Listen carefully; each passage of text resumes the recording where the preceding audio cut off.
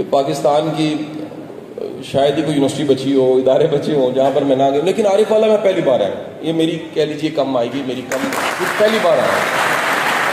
ایک آبزرویشن میری بڑی غیر معمولی یہاں پر میں نے محسوس کیا. وہ آبزرویشن یہ ہے کہ اتنا سرسبز کالج میں نے آج تک کبھی نہیں دیکھا, اتنا گرین کالج میں نے آج تک کبھی نہیں دیکھا. اور ابھی تک میں فزیکلی آپ کے اسٹیڈیم تک نہیں گیا, لیکن میں نے بڑی تعریف سنی ہے کہ یہاں جو اسپورٹس کی ایکٹیویٹیز ہوتی ہیں اور یہ جو سب یہاں پر ریسورسز بیسٹ استعمال کیے جا رہے ہیں فیکلٹی اور پرنسپل صاحب کی امامت میں سمجھتا ہوں کہ اس کالج میں بڑا پوٹینشیل ہے. اور سر یہ جتنی جگہ ہے میں گورنمنٹ کو اس کو یونیورسٹی بنا دینا چاہیے, یہ بڑا ضروری ہے سر. اس میں پروسیس ہونا چاہیے کہ عارف والا میں اگر سائیوال میں یونیورسٹیز ہیں تو عارف والا بھی چھوٹی جگہ نہیں ہے, یہاں پر اگر یونیورسٹی بنے تو یہ بڑا آئیڈیل کیمپس بن سکتا ہے یونیورسٹی کا. اچھا حضور والا, میری آپ سے جو گفتگو ہے میں گفتگو مختصر کر دوں گا اور آپ کے کویشچن آنسر زیادہ لوں گا. اس کی وجہ یہ ہے کہ میری گفتگو تو کہیں نہ کہیں پرانے موضوعات تو یوٹیوب پہ ڈھیر پڑے ہوں گے, پہلے سے موجود ہوں گے, لیکن میں آپ کے سوالوں سے میں چاہوں گا کہ وہ جو آپ کی تشنگی ہے اور آپ کے سوال ہیں اور جو مجھے سوچنے کا موقع ملے گا, مجھے جواب دینے کا موقع ملے گا, وہ زیادہ بہتر ہوگا. میرا یہ جو 15-20 منٹ کا لیکچر ہے اور اس کے بعد کوئی تقریباً 40 منٹ کا کویشچن آنسر ہے, اس پہلے حصے میں, میرے لیکچر کے پہلے حصے میں ایک میں سوال آپ سے پوچھنا چاہوں گا. اور یہ سوال میرا بالخصوص فزکس کے اسٹوڈنٹ سے ہے. آپ میں سے کوئی فزکس پڑھتا ہے جی؟ بے شک انٹرمیڈیٹ لیول پہ پڑھا, ہاتھ کھڑا کرے. پڑھی ہوئی ہے, چلیں فزکس پڑھی ہوئی جی, آپ انٹرمیڈیٹ لیول پہ پڑھی ہوئی. میتھمیٹکس والے ذرا ہاتھ کھڑا کریں. میتھمیٹکس اینڈ فزکس, گڈ, ہاتھ نیچے کر لیجیے, شکریہ. میں ایک سائنٹسٹ کا نام لینا چاہتا ہوں. آپ سب سے میرا سوال ہے, آپ میں سے اگر کوئی سائنٹسٹ کا نام جانتا ہے تو وہ ہاتھ کھڑا کر لیں. اس سائنٹسٹ کا نام ہے اسماعیل لنگلی. یہ آج سے تقریباً 115 سال پہلے دنیا میں تھا. 1905 یا 6 کا وقت ہے اور یہ امریکہ میں تھا. اسماعیل لنگلی, آپ میں سے کوئی نام جانتا ہے جی اس کا؟ کوئی نہیں جانتا جی, نام نہیں جانتا جی. اور اس کی جو ایکسپرٹیز ہے, میں 2-3 اشارے دے دیتا ہوں آپ کو. اس کی ایکسپرٹیز اسپیس سائنس کے بارے میں, اور اس نے جو کہہ لیجیے ساری سولر فزکس ہے اس پہ بہت سا کام کیا. اور اسماعیل لنگلی, آپ اس سے زیادہ کچھ اگر اس کے بارے میں جانتے ہیں ہاتھ کھڑا کر لیں. آپ نہیں جانتے. اچھا, میں 2 بھائیوں کا نام لینے لگا ہوں. یہ دونوں بھائیوں کا تاریخ میں نام بڑا معروف ہے. یہ بڑے گمنام تھے, لیکن دونوں بھائیوں کا نام آج دنیا کی ہر کتاب میں لکھا ہوا ہے. اور 100 سالوں بعد بھی یہ دونوں بھائیوں کا نام امر ہو چکا ہے. اور دنیا میں جب تک ایرو ڈائنامکس, ایروپلینز, جہاز دنیا میں رہیں گے اور یہ ساری کی ساری دنیا میں ترقی ہوتی رہے گی, ان کا نام زندہ رہے گا. ان دونوں کا نام ہے رائٹ برادرز. آپ نام جانتے ہیں؟ نام جانتے ہیں؟ ہاتھ کھڑا کر لیں. Right brothers, okay. 80% آپ نام جانتے ہیں, 80% کو پتا ہے کون ہے. اچھا, ان دونوں کا نام آپ کو کیوں پتا ہے؟ انہوں نے جہاز بنایا تھا. اچھا, میرا سوال ہے جو انہوں نے جہاز بنایا تھا اس کی فلائٹ کتنی دیر کی تھی؟ یہ کتنی دیر کے لیے ہوا میں رہا تھا اور اس کے بعد نیچے گری گیا؟ کتنی دیر کی فلائٹ تھی؟ آواز نہیں آ رہی. ہاتھ کھڑا کریں اور بتائیں. ہاتھ کھڑا کریں جس کو پتا ہے یہ کتنی دیر کی فلائٹ تھی. بیٹا آپ میں سے کسی کو پتا ہے؟ غلط بتا دیں, کوئی مسئلہ نہیں. اندازہ ویسے آپ کا کیا ہے؟ کوئی اندازے سے بتائے کہ یہ جو رائٹ برادرز کی فلائٹ تھی کتنی دیر کی تھی؟ 5 منٹ کی تھی.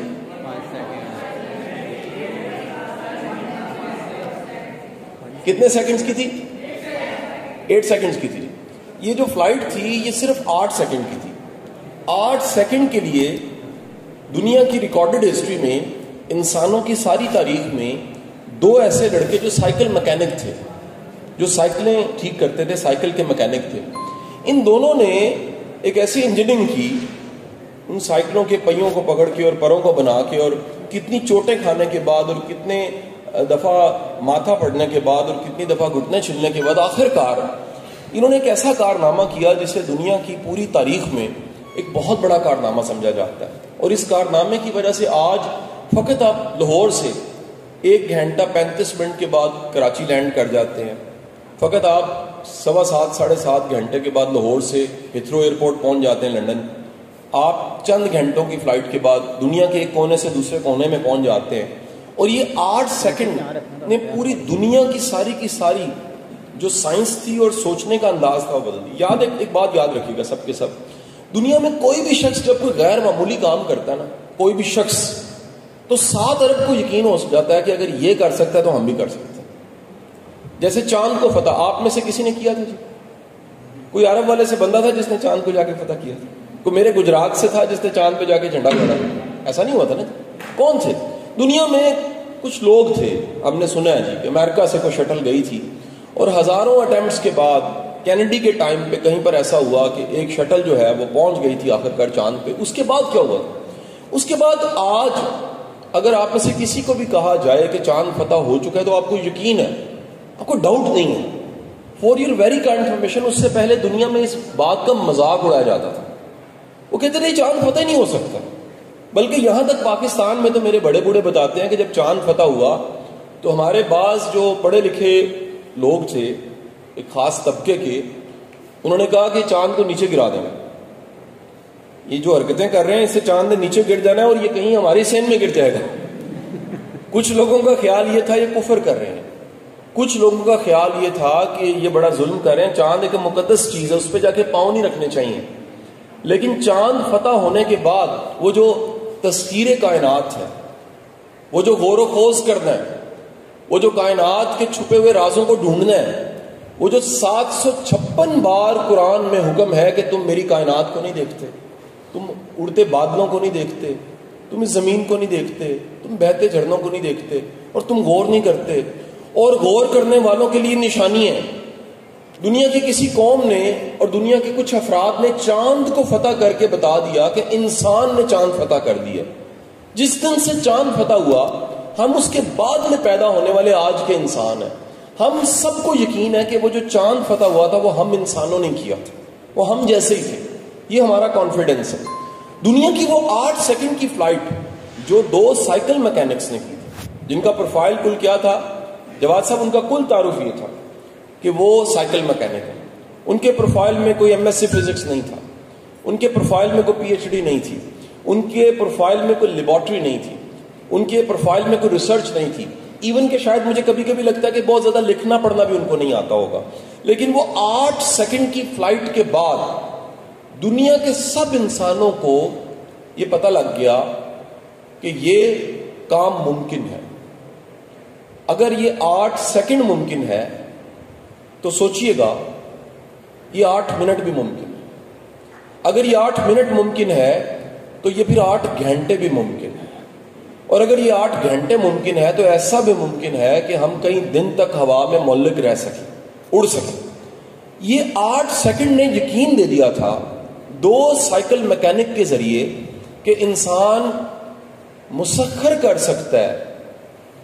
اتنا اللہ نے اس کو اعلیٰ اور افضل اور اشرف المخلوقات بنایا ہے, اتنا سپیریئر بنایا ہے کہ وہ لاز کو, قوانین قدرت کو جانتے ہوئے وہ جانتا ہے کہ ہوا ہلکی کہاں ہوتی ہے, وزنی کہاں ہوتی ہے. آپ میں سے کسی کو اگر جہاز میں بیٹھنے کا ایکسپیرینس ہے تو جہاز کے چاروں انجن آن ہو کے جہاز اڑتا ہے, شدید گرج ہوتی ہے, آواز آتی ہے, اور ایک وقت کے بعد پائلٹ اناؤنس کرتا ہے کہ اب آپ اپنی سیٹ بیلٹس کھول سکتے ہیں, اور آوازیں جو شور شرابہ تھا وہ کم ہو چکا ہوتا ہے. وہ جہاز خلا میں, فضا میں اس مقام پہ پہنچ جاتا ہے جہاں ہوا کی ڈینسٹی زیادہ نہیں ہوتی. وہ فلوٹ کرتا ہوا, اڑتا اڑتا, تیرتا تیرتا اپنی منزل تک پہنچ جاتا ہے. تو یہ 8 سیکنڈ نے 2 سائیکل میکینک کے ذریعے دنیا کو یقین دیا کہ ہوا میں اڑا جا سکتا ہے. کیونکہ اس سے پہلے سمندر کو ہم نے کنکر کر لیا ہوا تھا, صدیوں سے کر لیا ہوا تھا. آپ اگر کبھی کشتی کی تاریخ نکالیں تو وہ بہت پرانی ہے, نوح علیہ السلام سے بھی پرانی ہے. یعنی طوفان نوح کا تذکرہ جو ہے وہ بڑا پرانا تذکرہ ہے. اور اگر تیرنے کی ہسٹری نکالیں تو انسان جب سے دنیا میں ہے تیرنے کی ہسٹری نکالنا بڑا مشکل ہے. انسان نے پانی کو دیکھا, وہ مچھلی کی طرح نہیں تیر سکا, لیکن اس نے تیر کے دکھا دیا کہ تیرا جا سکتا ہے. زمین پہ تو چل ہی رہا تھا. وہ ہوا میں اڑنے کا ایکسپیرینس فقط آج سے 125 سال پہلے کا ایکسپیرینس ہے, جو کہ فقط 8 سیکنڈ کا. اور 8 سیکنڈ اڑ کے پوری کی پوری انسانیت کو 7 ارب کو یقین دلا دیا ان 2 بھائیوں نے کہ یہ ممکن ہے. آپ ذرا اندازہ لگا لیجئے گا, یہ واقعہ جب ہوا ہے تو اس واقعے کے 3 دن کے بعد دنیا کو یہ رجسٹرڈ ہوا.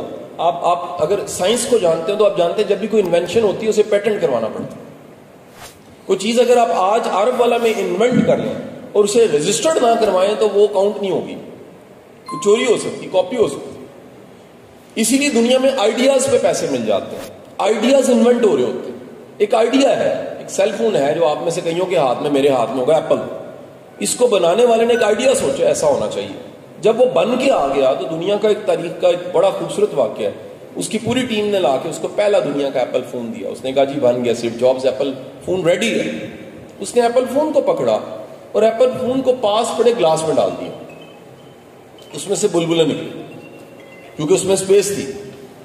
اس نے وہ گلاس اور وہ موبائل سامنے رکھا اور کہا اس کو اٹھا لو, اب یہ نہیں بنا جو میں چاہ رہا ہوں, نہیں بنا. سب نے کہا جی وہ آپ کیا چاہ رہے ہیں؟ اس نے کہا یہ جو اسپیس تھی جس کی وجہ سے اس میں سے ہوا نکلی ہے اس کو بھی فل کرو, اتنا اسمارٹ ہونا چاہیے. اس کے بعد آج جو سیل فون ہے آپ ذرا سوچئے کتنا اسمارٹ ہے, کمپیوٹر سے زیادہ تیز ہے. یہ آپ بیچ دیتے ہیں تب بھی آپ کو نہیں پتا ہوتا, نیا لے لیتے ہیں کہ پچھلے سیل فون میں ٹیکنالوجی کا معیار کیا تھا, ٹیکنالوجی کتنی فاسٹ تھی.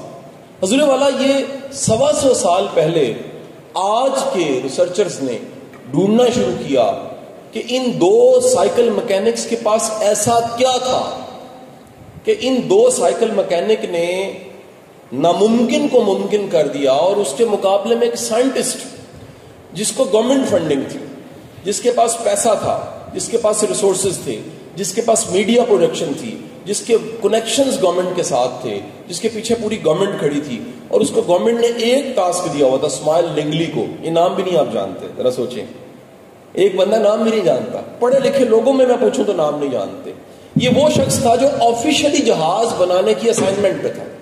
اس کا کام تھا کہ تم نے صرف اڑ کے دکھانا ہے, کوئی مشین ایسی بنانی ہے انسان اڑ کے دکھا دے.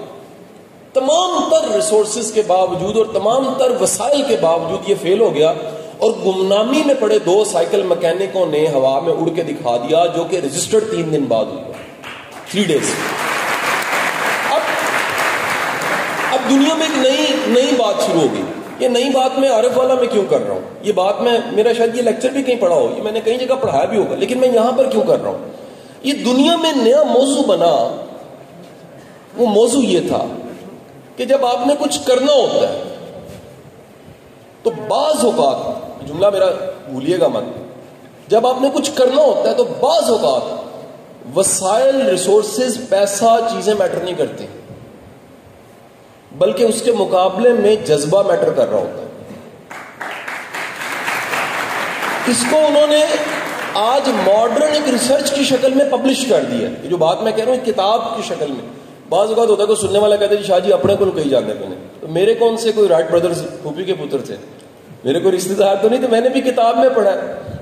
اور آج ایک پوری ریسرچ کی شکل میں, اس ریسرچ کا نام ہے اسٹارٹ ود وائی. ریسرچ کا کیا نام ہے؟ آپ میں سے جو, کیونکہ انٹرنیٹ کی ساری دنیا, یہ زمانہ بڑا بدلا جی پروفیسر صاحب, جو ہمارے بڑوں کا زمانہ تھا وہ اس سے واقف نہیں ہے, اور یہ اس سے واقف ہے, باقی کسی چیز سے واقف نہیں ہے. یعنی آج 2-3 سال کا بچہ وہ اس پہ گیمیں کھیل لیتا ہے, وہ اسی پہ بات کر لیتا ہے. صبح میں اٹھا ہوں تو میرے 4 سال کے بیٹے نے مجھے میسج کیا, رپورٹ کیا کہ بچے اسکول چلے گئے اور میں گھر میں اماں کے ساتھ اکیلا ہوں. رپورٹ کر رہے اس پہ, کہاں وہ اور کہاں میں. کل کی بات 90s میں جو لوگ یہاں بیٹھے ہیں میری طرح اپنے لڑکپن میں تھے, تو ہم جامع جمشید سنا کرتے تھے, ہم کوئی اڑن تشتری سنا کرتے تھے, ہم کوئی ایسی چیز دیکھتے تھے جامع جمشید پہ, جو جادوگر تھا وہ ایسے کر کے شیشے کے اس جامع جمشید پہ ایسے کر کے کرتا اور تصویر سامنے آ جاتی تھی, اور وہ دور پار کسی سے بات کرتا تھا. اور آج آپ کا سیل فون جو ہے وہ دنیا کے کسی کونے میں بیٹھے سے ویڈیو کال آپ کر لیتے ہیں. ٹیکنالوجی کہاں چلی گئی ہے, پورے ڈاکومنٹس, فائلز, ایون کہ آپ یہ 2 سالوں میں تو تجربہ ہو ہی گیا کہ پڑھائی بھی اس پہ ہو سکتی ہے. یہ بڑا مشکل کام تھا. میں PHEC کے پینل پہ ہوں سارے عرصے سے, تو ہمارے لیے چیلنج یہ تھا کہ پہلے سب کو کنونس کرنا آن لائن پڑھاؤ. تو جب یہ احتجاج ہو رہے تھے نا کہ ہمارے آن لائن پیپر ہی لیں, تو ہمارے ایک وہ آفیسر نے PHEC میں کہا کہ پہلے چڑھانا مشکل سی اڑانا مشکل ہے.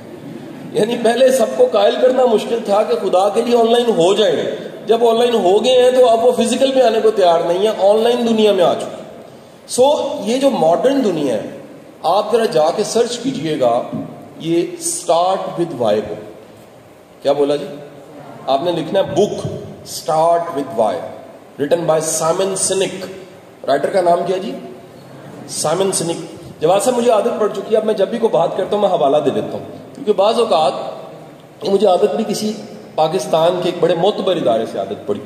میں وہاں پڑھا کے آیا تو میں نے اردو کے ٹیچرز یہاں بیٹھے ہوں گے، میں نے کوئی اقبال کے شعر کا حوالہ دیا جو کہ فارسی میں موجود تھا اور اس کا اردو ترجمہ اور حوالہ بیان کر دیا. خدا کا کرنا مجھے 3 مہینے کے بعد ایک ای میل آئی اور انہوں نے کہا کہ ہمارے ایک آفیسر نے جو بیٹھا سن رہا تھا وہ اقبال کا عاشق تھا، اس نے وہ حوالہ تلاش کیا ہے تو پوری کتاب میں وہ نہیں ملا، مہربانی فرما کے آپ حوالے کو مارک کر کے ہمیں بھیجیں. مجھے بڑا اچھا لگا. پہلی بات تو وہ جستجو اچھی لگی کہ لوگ تلاش کرتے. پھر جب میں نے ڈھونڈا تو مجھے بھی نہیں ملا. اس کا مجھے پتا لگا میں نے غلط کہا ہے. پھر میں نے کہا میں نے کہاں ہے، تو میں نے اپنے 18 سال پرانے نوٹس نکال لیے. نوٹس نکالے تو پتا لگا کہ وہ کتاب کا نام میں نے غلط لکھا. وہ پیام مشرق کا حوالہ تھا، میں نے اس کو کسی اور جگہ سے کوٹ کر دیا تھا. حوالہ یعنی بات ٹھیک تھی، حوالہ غلط تھا. سو میں نے خود پہ لازم کر دیا کہ جب بھی کہیں بات کروں تو حوالہ دے دوں تاکہ آپ بھی جا کے سرچ کریں. Book name is the start with why, written by Simon Sinek. اچھا کیوں کریں؟ آپ کو اگر عادت پڑ جائے نا کہ میں نے روز کچھ سیکھنا ہے، یہ میں ینگسٹر سے بات کر رہا ہوں اور بڑے دعوے اور وثوق سے بات کر رہا ہوں، روز کچھ سیکھنا ہے اور وہ سیکھنا جو ہے وہ میرے نمبر جی پی اے ڈگری کے ساتھ نہ جڑا ہو.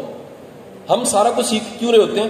ہم سیکھ رہے ہیں کیونکہ امتحان ہے اور امتحان میں نمبر اچھے آئیں گے تو BZU میں ایڈمیشن ہو جائے. ہم سیکھ رہے ہیں کیونکہ امتحان ہے، امتحان میں نمبر اچھے آئیں گے ہمارا یونیورسٹی پنجاب میں ایڈمیشن ہو جائے. ہم سیکھ رہے ہیں کیونکہ امتحان ہے، امتحان کلیئر کریں گے، کل کوئی مقابلے کا امتحان کلیئر کریں گے، افسر بن جائیں گے.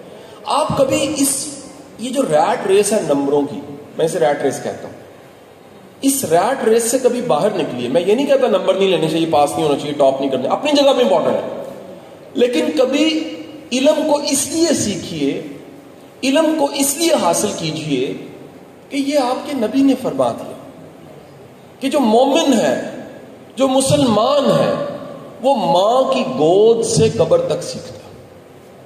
کائنات کے سب سے بہترین انسان ہے جس کے قدموں کی خاک پہ آپ اور میں نے ساتھ. دیکھیے ذرا ایک لمحے سوچئے، عارف والا میں ایک پڑھا لکھا ڈاکٹر آ جائے، آپ کو پتہ لگے جی ایک ایسے ڈاکٹر صاحب ہیں جو امریکہ سے پڑھے ہوئے ہیں اور وہ آ کے ڈائگنوز کریں اور آپ کو علاج بتا کے نسخہ دیں، لکھ کے دیں، تو آپ کیا کریں گے جی؟ آپ وہ نسخے کو سنبھال کے رکھیں گے کہ اتنے امریکہ سے پڑھے لکھے قابل انسان نے کیا کیا جی؟ مشورہ دیا.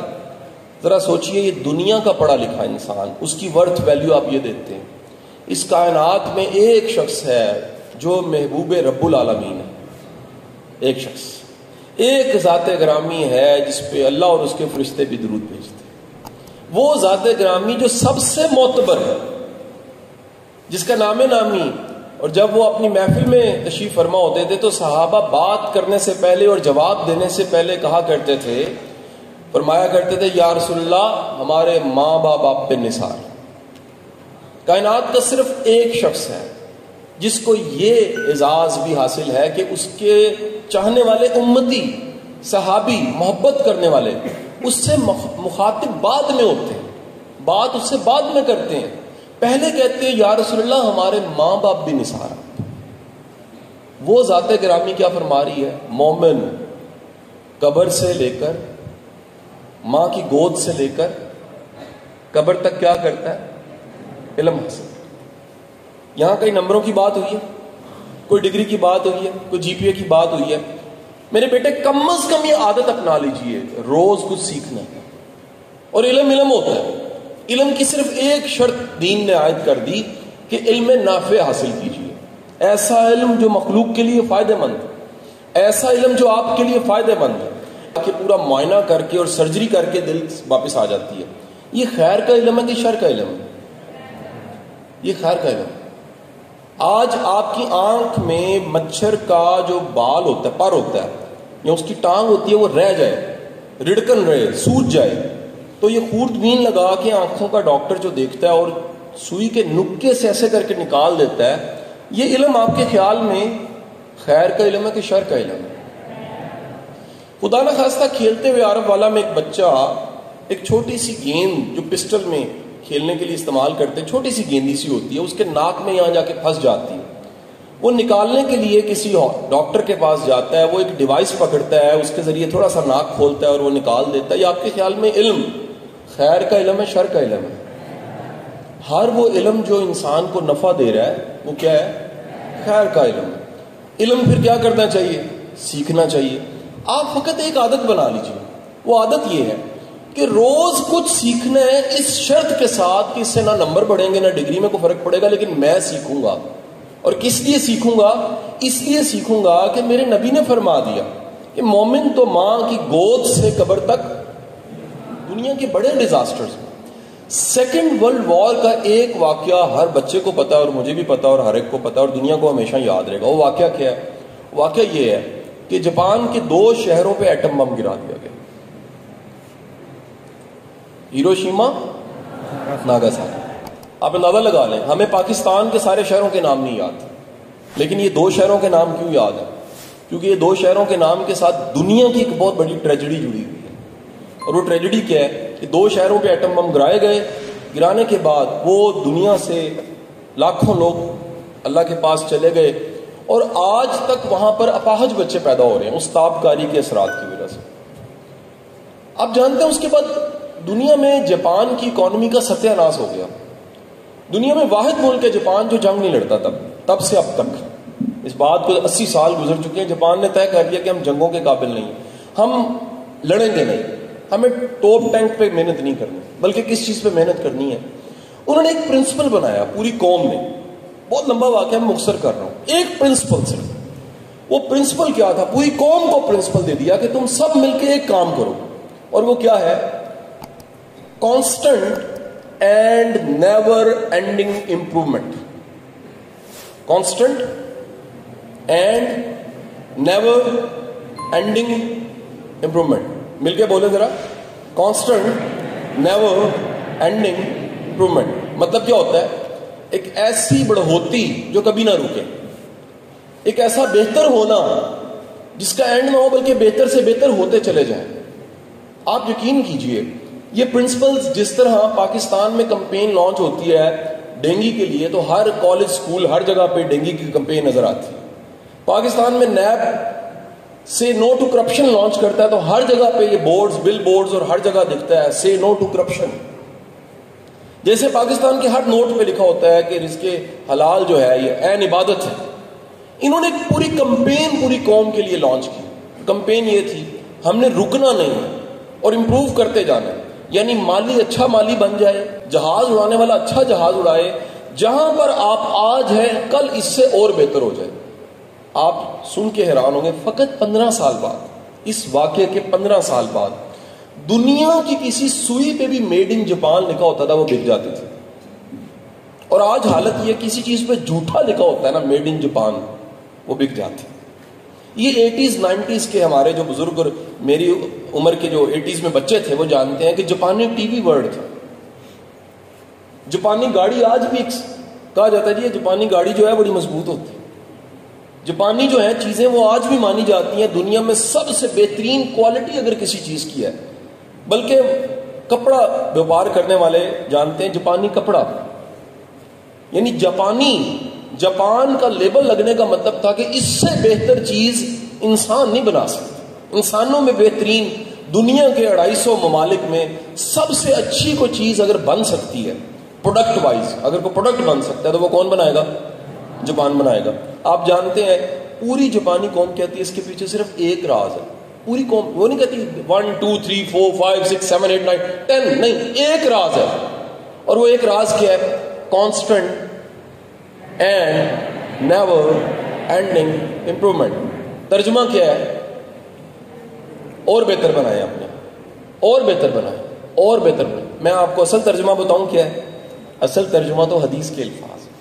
اللہ کے رسول صلی اللہ علیہ وآلہ وسلم نے فرمایا کہ مومن کا آج کا دن پچھلے دن سے بہتر ہوتا ہے.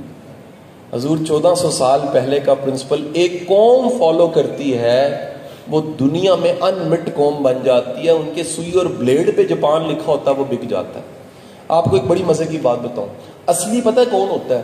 جس کا نقلی بھی بک جاتا ہے. مشکل بات کہہ دی میں نے. اصلی کون ہوتا ہے؟ جس کا نقلی بھی بک جاتا ہے. اصلی کی نقل کر کے لوگ بک جاتے ہیں. میں گجرات سے ہوں تو کبھی سر جی ٹی روڈ سے آپ آ رہے ہو نا, تو وزیر آباد سے گجرانوالہ کی طرف آئے تو گکھڑ کے قریب نا لیفٹ پہ بابے کی کلفی لگی ہوتی. تو کبھی میں بچپن میں جاتا تھا, ایک ہی بابا تھا, ایک ہی کلفی تھی. پھر کیا ہوا, ایک اور بابا آ گیا. پھر کیا ہوا, ایک اور بابا آ گیا. اب وہاں اتنے بابے اور اتنی کلفیاں کہ سمجھ نہیں آتی کہ اصلی کیڑا ہے تو نکلی کیڑا ہے. تو میں نے ایک لوکل سے پوچھا تو اس نے کہا یہ 50 میں سے وہ اصلی ہے.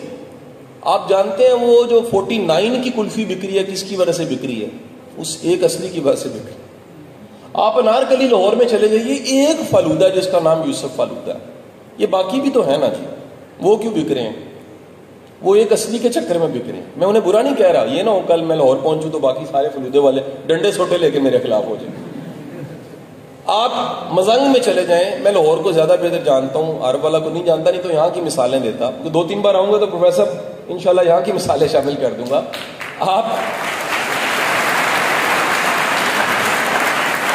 کیونکہ ابھی تک میرے پاس عارف والا کے 2 ہی تعارف ہیں. عارف والا کا ایک تعارف رضوان ہے اور دوسرا خربوزے ہیں, وہ میٹھے ہوتے ہیں. یا رضوان ہے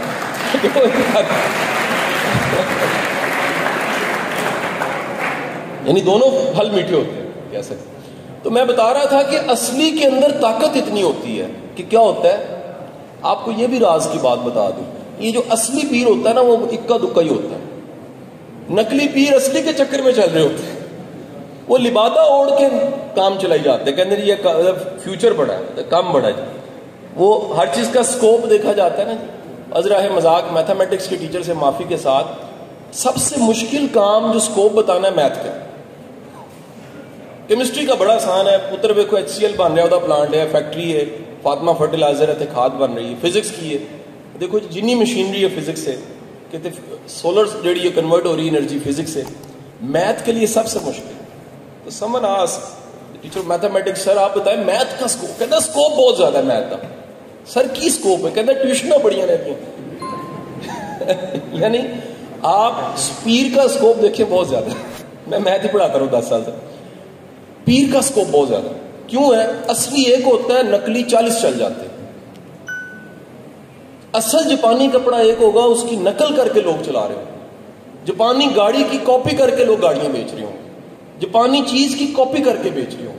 اور پرنسپل صرف وہ ہے جو میرے آقا نے, جو میرے نبی نے, جو میرے امام نے, جو نبیوں کے امام نے 1400 سال پہلے فرمایا کہ مومن کا ایک دن اس کے پچھلے دن سے بہتر ہوتا. سو آپ سب کے لیے سبق آجیے. آپ کا جو وائے ہے اس میں روز بروز کو بہتری آنی چاہیے. کچھ روز سیکھیے. میں آج عارف والے میں رات سویا, صبح اٹھا, حسب عادت صبح کے میں نماز کے بعد کے وقت, اور اب تک میں 2 پوڈ کاسٹ سن چکا. میری عادت ہے, میں رہ ہی نہیں سکتا. روز کچھ سیکھوں نہ کچھ سنوں نہ کچھ لرن نہ کروں. یہ بیماری پڑ گئی. اس کے بغیر نہیں ٹائم گزرتا میرا. میں کچھ بھی وقت استعمال کرنے کے لیے کچھ نہ کچھ سرچ کرتا ہوں, ڈھونڈتا ہوں, تلاش کرتا ہوں. اور آج کتنا آسان ہے کہ ہزاروں لاکھوں کتابیں اس پہ پڑھی ہوئی ہیں, کتنی لائبریریاں اس پہ پڑھی ہیں, کتنی سرچ اس پہ پڑھی ہے. چند دن پہلے ایلان مسک نے یہ بات کہی ہے کہ 4 سال کی ڈگری میں جو کچھ ہم سیکھتے ہیں وہ یوٹیوب پہ 10 ایسے چینلز ہیں, ان کو سبسکرائب کرنے والا اس سے زیادہ سیکھ لیتا ہے. یہ اس کا جملہ ہے. یہ اس بندے کی بات کر رہا ہوں جس نے پوری دنیا کو وقتہ ڈالا ہوا ہے اس وقت. اگر آپ ایلان مسک کو جانتے ہیں, جس نے صرف فیوچر کا ویژن دیا ہے, جس نے کہا پیٹرول کی ضرورت ہی کوئی نہیں ہے, جس نے بتایا دنیا کو کہ آنے والے وقت میں ساری دنیا نے اس طرح سے چینج ہو جانا ہے. فور یور ویری کا انفارمیشن, آج سے 30 سال پہلے دنیا میں خواب تھا تار کے بغیر فون ہوگا. دنیا میں خواب تھا 100 سال پہلے کو جہاز نام کی چیز بھی ہوگی. دنیا میں 100-125 سال پہلے خواب تھا ذاتی جہاز لوگ رکھیں گے. پاکستان میں کتنوں کے پاس ہوں. دنیا میں خواب تھا کہ ہم ایک بات کہیں گے اور اسی وقت کو سن لے گا. یہ کل کی بات ہے. PTCL کے فون پہ آپ کو ٹائم لینا پڑتا تھا سعودیہ بات کرنے کے لیے. تار آیا کرتی تھی, اطلاع آیا کرتی تھی, کوئی مر گیا 2 دن بعد اطلاع ملتی تھی. تو حضور والا اس لیکچر کا آج کا کنکلوژن, میں نے تھوڑا سا معافی کے ساتھ ٹاپک کو اس لیے چینج کیا کہ ینگسٹرز تھے, آپ اخلاق کو بھی پیدا کریں, کسی جواز سے پیدا کریں کہ میں نے ترقی کرنی ہے. آپ اخلاق کو بھی اور ویلیوز کو بھی پیدا کریں تو یہ سوچ کے پیدا کریں جنہوں نے ترقی کرنی ہوتی, جنہوں نے کسی مقام کو پانا ہوتا ہے, وہ ایتھکس والے اور ویلیوز والے لوگ ہوتے ہیں. ایک سوال میں خود ہی اٹھا کے اس کا جواب دے کے لیکچر ختم کروں گا اور سوال جواب کا سلسلہ کھول دوں گا. کیا وجہ ہے کہ ہماری آنکھ دیکھتی ہے کہ کرپٹ لوگ آپ کو زیادہ کامیاب دکھتے ہیں، بڑے بڑے ایماندار لوگ آپ کو اتنے کامیاب نہیں دکھتے؟ کبھی سوچا آپ نے؟ آنکھ تو یہ آنکھ دیکھتی یہی ہے. یعنی اگر تدبر سے دیکھا جائے تو شاید ایسے نہ لگے. میری آنکھ یہ نہیں دیکھتی. میں اس سے تھوڑے سے اللہ نے کرم کیا، مجھے سمجھ آنے لگ پڑی ایسے ہے نہیں. یعنی جو چیز ہم دیکھ رہے ہیں شاید ممکن ہو ہم دیکھ رہے ہیں ویسے ہو نہ. یہ مثال لیجئے، آپ دیکھ رہے ہیں کسی کے پاس بہت سا پیسہ ہے، لیکن آپ جیسے قریب جاتے ہیں تو آپ کو پتہ لگتا ہے کہ وہ اپنا پیسہ کھا تو نہیں سکتا، وہ پیسہ اس کی زندگی میں ایک عذاب بنا ہوا. تو وہ جو نعمت آپ کو لگ رہی تھی وہ نعمت نہیں تھی، وہ زحمت بنی ہوئی ہے. آپ کو پتہ لگا کہ بندہ بہت ترقی کر گیا، ترقی کر کے اپنے رب کو ہی بھول گیا. وہ ترقی ہے کہ ناکامی ہے؟ وہ ناکامی ہے. ایک شخص ترقی کرتے کرتے اتنا اونچا چلا گیا ہے کہ وہ عرب والے سے نکلا تھا اور ترقی کر کے اتنا آگے نکل کے عرب والوں کو بھول ہی گیا ہے. وہ ناکام انسان. ہمارے کئی سول سروسز میں ایسے دوست ہیں، وہ یقین کریں اپنے ان پڑھ والدین کو انٹروڈیوس ہی نہیں کرواتے. میں کہتا ہوں ناکام لوگ ہیں، افسر نہیں ہیں، نالائق انسان. مجھے تو کبھی ہیزیٹیشن فیل نہیں ہوئی کہ میں کس گاؤں سے ہوں، میرے والدین زیادہ پڑھے لکھے نہیں. اس میں کیا شرم والی بات؟ کیونکہ میں تو اس نتیجے پہ پہنچا ہوں. زندگی میں کبھی میٹر نہیں کرتا آپ آئے کہاں سے ہیں، میٹر کرتا جا کہاں رہے ہیں. جہاں آپ نے پہنچنا ہے، جہاں نگاہیں ہیں. اگر آپ نے فتح کرنا ہے کسی پہاڑ کو اور چاند کو تو نگاہ وہاں ہونی چاہیے. یہ میٹر نہیں کرتا آئے کہاں سے. تو سوال جو یہ تھا کہ ہم دیکھتے ہیں ایتھکس والے تو اتنا آگے نہیں گئے. حضور والا یاد رکھیے گا، یہ پرنسپل قرآن نے طے کر دیا. کتنی بار طے کیا؟ قرآن نے واضح اللہ کا یہ حکم 103 بار سنا دیا. کتنی بار؟ 103 بار. اور وہ حکم کیا ہے؟ صبر کرو. حکم کیا ہے؟ صبر کرو. کیوں کرو؟ جو نتیجہ تم دیکھنا چاہتے ہو جلد بازی میں نہیں آ سکتا.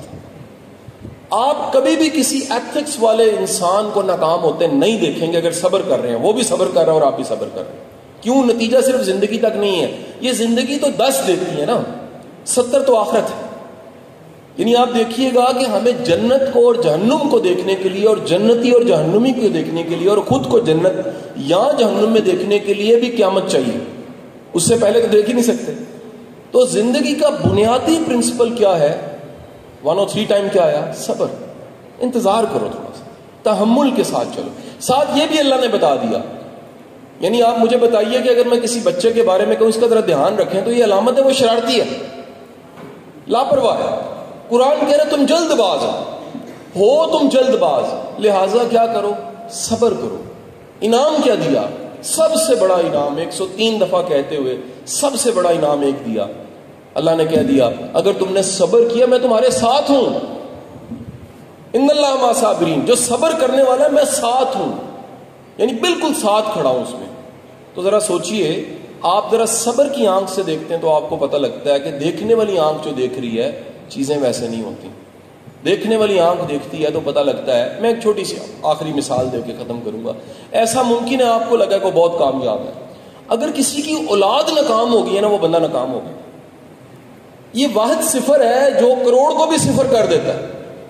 یہ ایسا صفر ہے جس سے ضرب جب ارب کھاتا ہے تو وہ بھی صفر ہو جاتا ہے.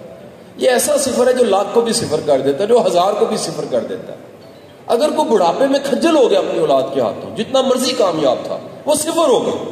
اور مجھے بتائیے اگر کوئی خود ناکام تھا، صبر کیا اس نے، لیکن اس کی اولاد کامیاب ہو گئی ہے، تو میں دعوے سے کہتا ہوں کہ اس کا صفر ختم ہو گیا. اس کے صفر کے ساتھ کتنے صفر اور لگے اور وہ 0 سے 100، 100 سے 1000، 1000 سے لاکھ، لاکھ سے کروڑوں اور اربوں ہو گیا. بہت بہت شکریہ.